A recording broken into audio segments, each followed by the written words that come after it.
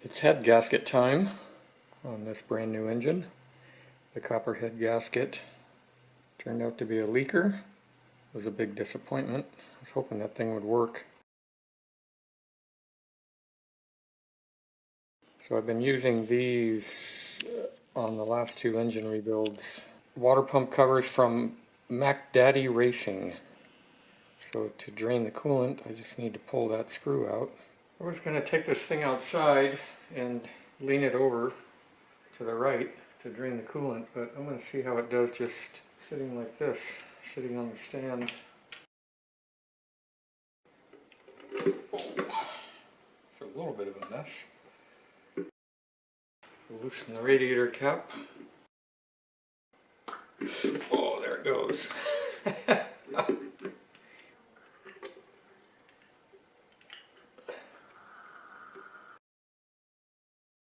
Put my hand on the radiator cap so I can stop the flow if I need to.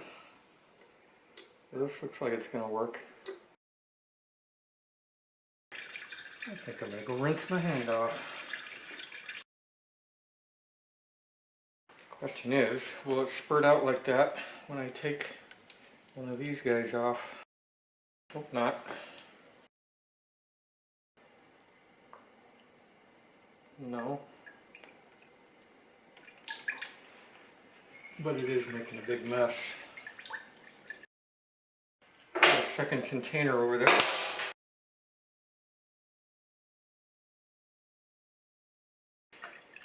Whoa! Guess the radiator cap had suctioned on. I'm here to provide entertainment for you. Radiator cap.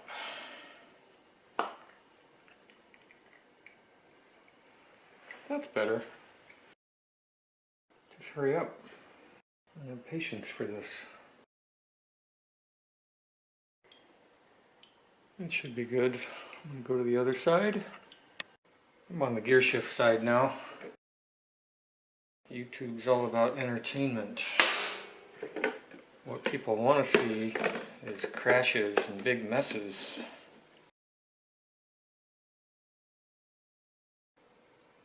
That's it, no entertainment on this side, sorry.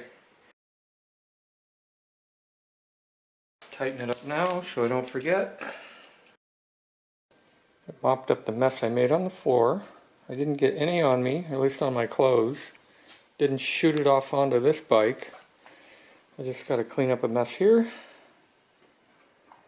And I think I'm going to be ready to start taking all this business apart. Next, I'm going to pull this electronics assembly CDI up out of the way.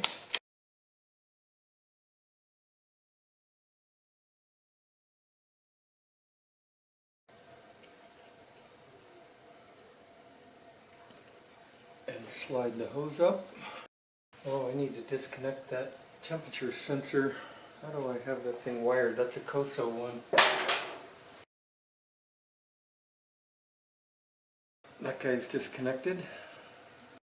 Back to the big radiator hose.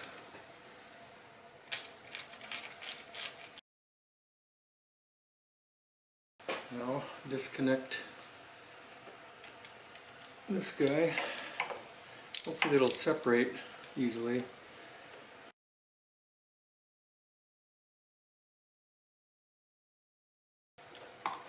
Oh yeah. Nice. Okay, spark plugs need to come out. These are old spark plugs I put in for the first initial startups. I think I'll put some new ones in when I reassemble. I think I need to change these spark plug caps too. They really get worn out.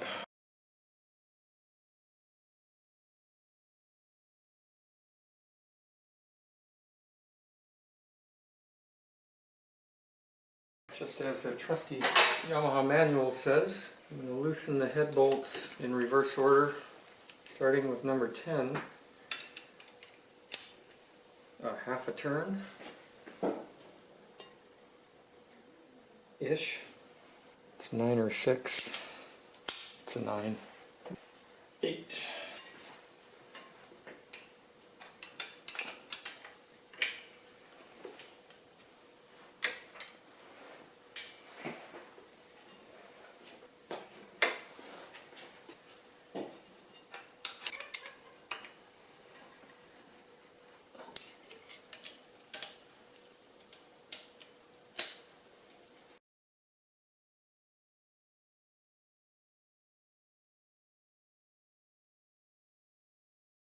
You can see these fancy tuning fork stainless steel head bolts. I bought these from Norbo, RDLC Crazy. I use anti-seize on the threads on these. I know some people would disagree with that, but I don't need these stainless steel head bolts seizing up. We've been watching a lot of Viking shows on Netflix and wherever else they're on, and they're really good at removing people's heads, those Vikings. I'm going to remove this head.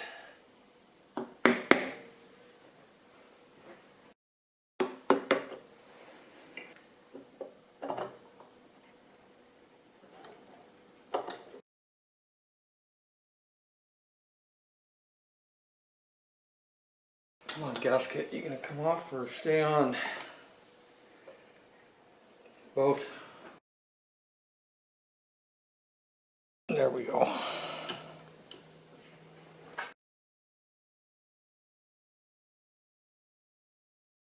Not much to clean off of there. There's some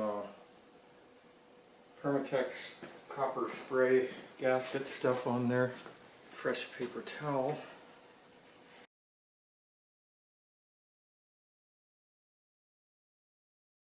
Well, it's going to be all fresh and shiny and new again. Didn't even have time to build up carbon. All of 1.3 miles. I'll take a little acetone or something to clean those surfaces off. And there's the culprit. It's too bad it didn't work. This thin gasket gave me exactly 1 millimeter squish, but I'm not going to worry about that.